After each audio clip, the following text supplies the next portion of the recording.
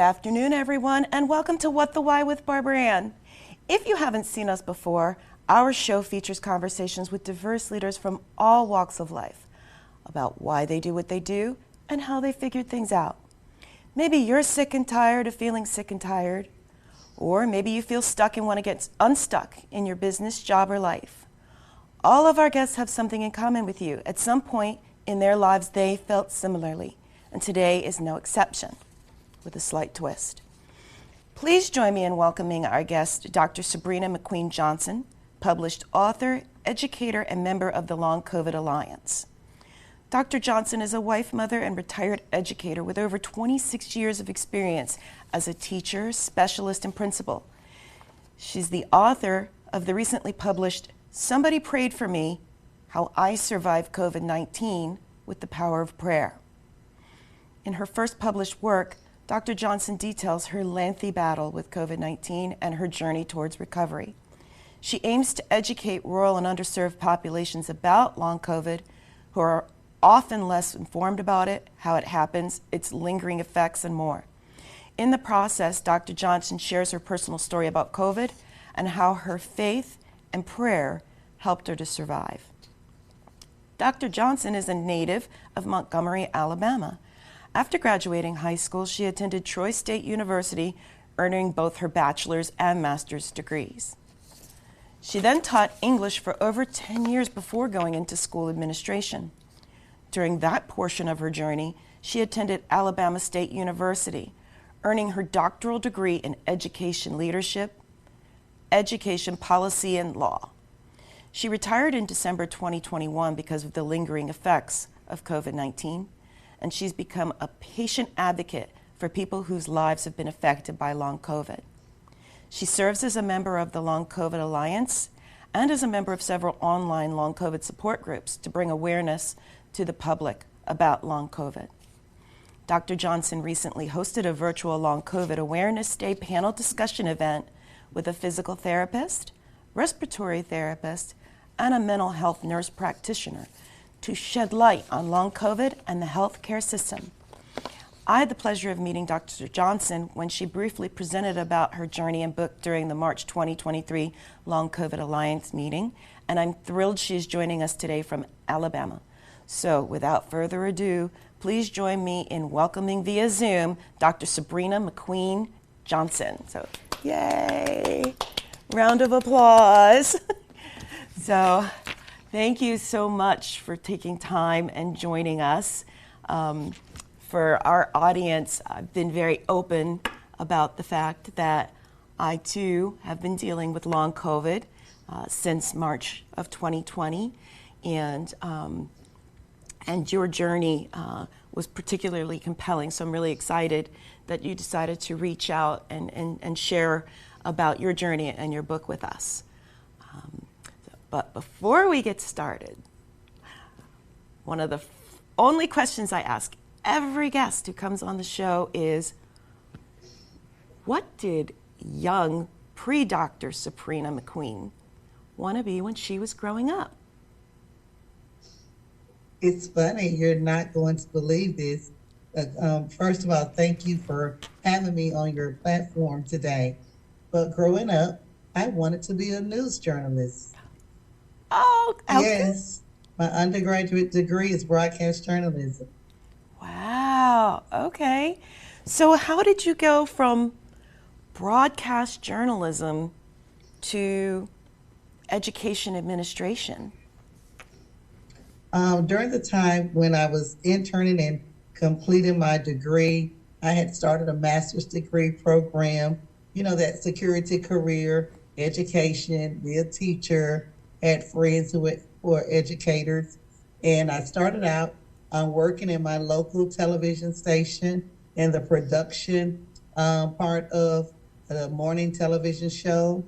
And while I was working there, someone came by and said, hey, they're starting a vocational program at a high school and they need someone to teach television production. And they had actually asked a coworker, and he was like, no, I'm not interested. But Sabrina is getting a degree, a master's degree in education. So it worked out. I was able to teach students television production and TV media as a high school teacher. And that started my journey into public education. And the rest is history. I started it and I loved it. Wow. So, so you taught the industry that you were working in, and then you eventually migrated where you really kind of focused on English. Yes. The program was part of a vocational education, which is now career technical education program. And all schools did not have that type of program. Media equipment was expensive, so a lot of schools could not fund it. So as my husband and I moved to another school district, they did not have it, but English was already a minor, and I was getting my master's in English language arts. So I kind of started teaching English and speech classes because programs like TV production was not available at other high schools. So I started teaching English, and of course I love that as well, and went on to complete certification in school leadership and administration, and became a school principal eventually. Okay. So you made that leap from teacher to administration. Yes. Where you served, and then COVID hits. Yes, ma'am. Talk to me about what that was like for you. I mean, because you're yourself an individual, but you've got this school, and now we have the, the first. Yeah, go ahead. Yes, I was a principal at the time at our local alternative high school in my district here in Montgomery. And of course, the world shut down and our students were sent home. We were sent home. Teachers were brought back, and that started the whole remote learning or virtual learning process for teachers and for parents, for students, for everybody. So it was a big change and transition to what traditional education was at the time. Eventually, we went into the summer, and the districts were trying to prepare school administrators around the country and school districts how to handle COVID-19. And in my local district, our students did not come back immediately in August. We maintained a virtual platform. But as a school leader, I was very overprotective of my staff. My husband is a teacher and coach, and my son was, of course, in the local school district as well. So each of us was going to 3 different school locations, and then my child was at home learning virtually. So we were very vested in being safe at home and at work as it related to COVID.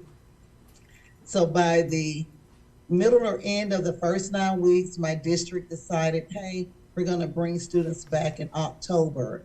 And I think they may have come back on maybe October 6th. It was within the first week or 2 of October. And by November 8th, my husband and I both were diagnosed with COVID-19. Wow. So I was kind of one of those people that was cleaning, wiping, always wearing my mask because I did have a pre-existing condition. So I was very shocked, to say the least, to get diagnosed. So you're in Alabama, and COVID strikes, and it's interesting because I'm here on the East Coast. The different areas of the country handled things differently, and we continued to be. A lot of our schools were mixed. Some reopened, some continued to be remote, far beyond. You both got COVID within weeks of returning. It sounds like, well, let me ask you this. You have long COVID. How's your husband doing with it? My husband is fine. Initially, he just had a constant fever, some headaches, and he kind of bounced back. He stayed positive for a while, but he's fine. Okay. And then there was you. And this was the case in my household too. My son, the one person you would have thought would have been most affected, fine. Multiple infections, Right. no lingering results. My situation, very, very different. My husband's somewhere in the middle. Even my son's girlfriend, very different than what my son. And so your husband recuperates, he's fine, and you get hit with it full on.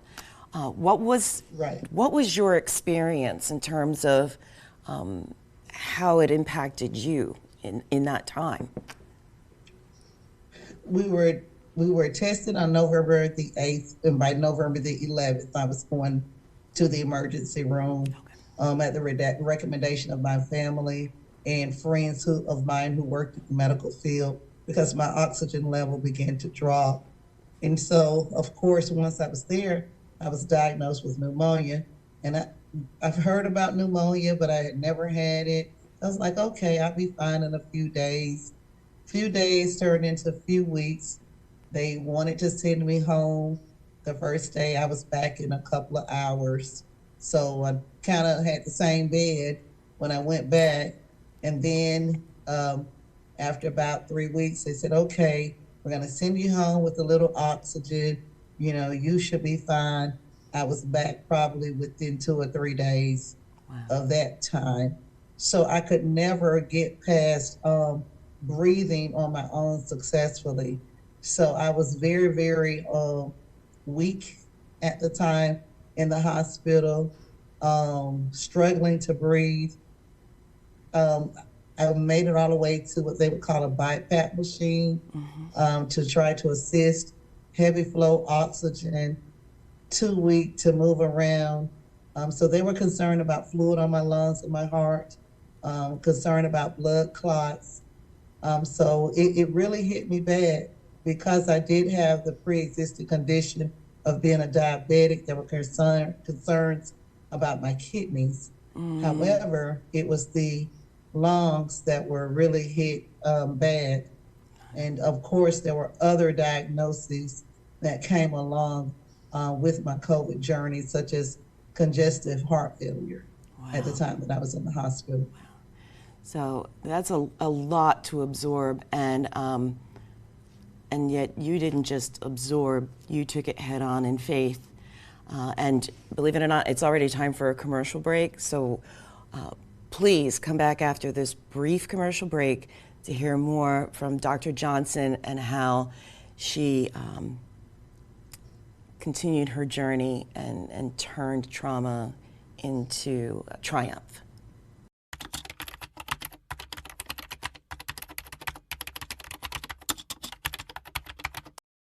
Welcome back to What the Why with your host Barbara Ann and today's very special guest, Dr. Sabrina McQueen-Johnson. Before we went to break, Dr. Johnson was telling us about, how her hospitalizations continued and continued and continued with long COVID and pneumonia and other diagnoses. And these are things that could destroy anyone. And yet they didn't destroy her. So, Dr. Johnson, I'm sure there were times that you really just kind of prayed and thought, what am I going to do about this? And you never gave up. So what kept you going? Well, it was my faith and just everybody praying for me.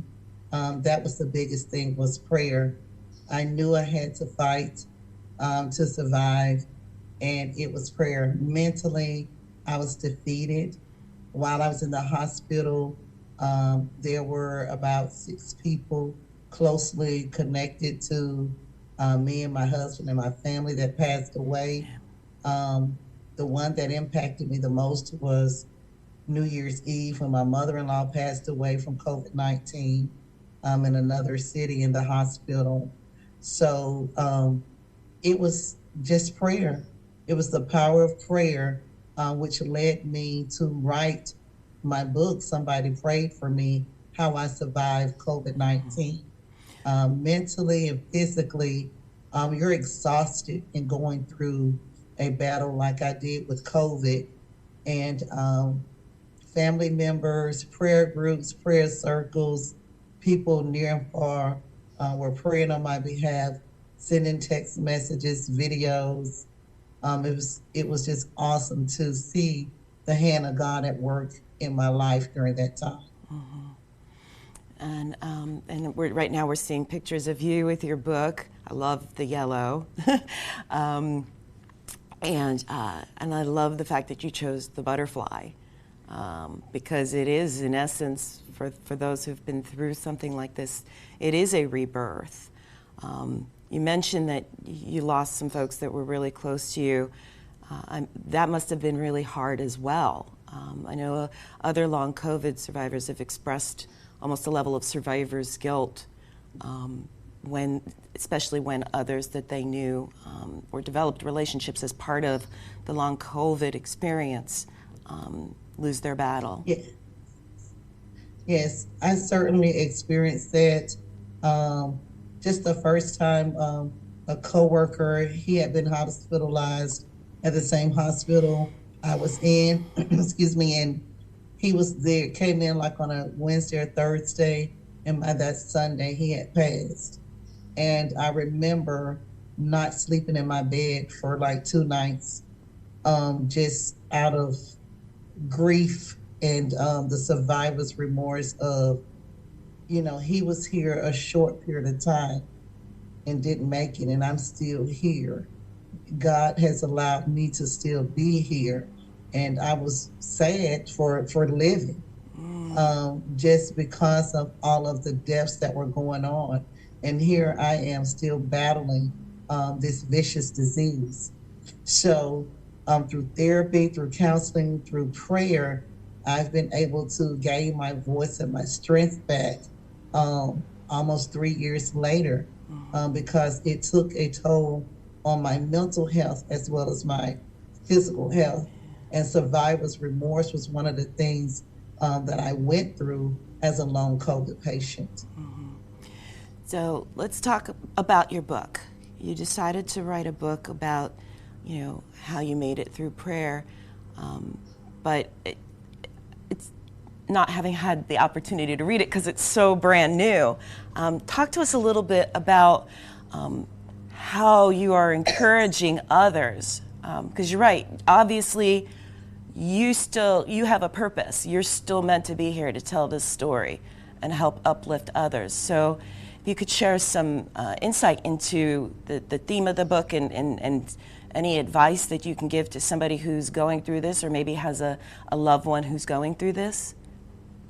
Yes, the book was just really, God spoke to me clearly and said, you need to write this down, document it. And I started putting notes in my phone from the hospital bed, taking pictures of my body because it was changing so fast each day. And I didn't know that this was going to be the book that I said I was going to be an author. I didn't know this would be the book. And going through that process, I knew that I was here because somebody had prayed for me. And so I detail my journey. I give specifics about COVID-19, the physical aspects of it, the healthcare needs, the healthcare issues that we dealt with during the pandemic. I also look at the disparities in our healthcare system for minorities during this time, and just basically bringing awareness to what this disease can do, what having issues, healthcare issues, and not being prepared for a pandemic. So I take people through my journey of physical health and mental health, but I also take them through my spiritual journey, like you mentioned, the butterfly, the rebirth and transformation, and giving myself the opportunity to live again, is how I put it, and reconnect with your faith, because we don't know when the next issue will come. Yeah. And it's not just about COVID. Anything in life, you have to have the faith and perseverance to get through. And my vehicle or weapon of choice in getting through was prayer. And know you're passionate about reaching out to underrepresented populations, and especially in rural areas where there may not be access to health care. What's, I guess, one or two key pieces of information that you would like folks that maybe are in areas where they do have access issues to know? Right. One of the key things that I want people to do in reading the book is to make sure that you have a healthcare advocate. Throughout my book, it was just really God that I took my cell phone to the hospital, and we were able to duo, my family, my husband, my son, my sisters, and keep connected of what was going on with me each day. When I was in the hospital, it was during the time you could not have visitors. Yeah. So no one could come see me. So that was the only outside connection I had. And we decided to get duo on our phones to FaceTime each other. And so that allowed me to duo with them in FaceTime when doctors came in, when nurses came in, and they were able to ask questions, because physically and mentally I could not communicate and process it. I was so weak. So in those rural areas, get you a healthcare advocate, family member, community member, take somebody to the doctor with you, know what's going on. Also, be firm about what is going on with you. I experienced this in going to a doctor early on after I got out of the hospital, and he dismissed my symptoms as, oh, you're just depressed. You just need to deal with the anxiety before we can deal with the physical. And I knew that I was not feeling the way that I should at that point in my recovery. And so I did change doctors. Don't stay with the healthcare professional that is not meeting your needs. COVID made us more aware of how our healthcare system can be broken, basically just because they're overwhelmed. And I applaud those first line responders. So if you're in those rural areas, don't settle because you're in that community. Yep. And excellent words. Believe it or not, we're at time. And thank you so much for coming here via Zoom, telling your story. Where can people get your book? Okay, you can visit my website at www.sabrinajohnson.com. It has been published by Zulon Press as well. So if you visit either of those, you can get a copy of Somebody Prayed for Me, How I Survived COVID-19 with the Power of Prayer. Awesome. Thank you again for joining us and sharing your inspiring story, and also encouraging other people to trust themselves and to move on when they're not getting the kind of care and advice that they really need. Yes. So, thank you. My pleasure. So, regarding future guests, our next episode will feature John McKay, founder and CEO of Life Outside the Streets, a nonprofit organization whose mission is to treat trauma through arts, education, entertainment, and information. Please believe me when I say you really don't want to miss what John or any of our future guests have to say about their journeys. If you've missed any of our past guests and you want to check out what they had to say, you can also catch all of Season 1 on demand, as well as Season 2 to date on demand on the What the Why page of RVN Television's website, as well as on Roku and other platforms. You have so many viewing choices these days. Thank you very much for watching our show, and please tell a friend or colleague about us. As a reminder, What the Why airs on Tuesdays and Thursdays at 1 p.m. Eastern Daylight Time, and Mondays at 3:30 p.m. Eastern Daylight Time. It is also available on demand within 48 to 72 hours of its initial airing on RVN Television On Demand website platform, as well as other platforms mentioned. And also, please remember, whether you're looking to make any changes in your life, career, or company, no matter how big or small, please join us again for more informational and inspiring conversations with guests such as Dr. Johnson, who overcame some significant challenges that lay in her path to find her new purpose and move forward with purpose and live it.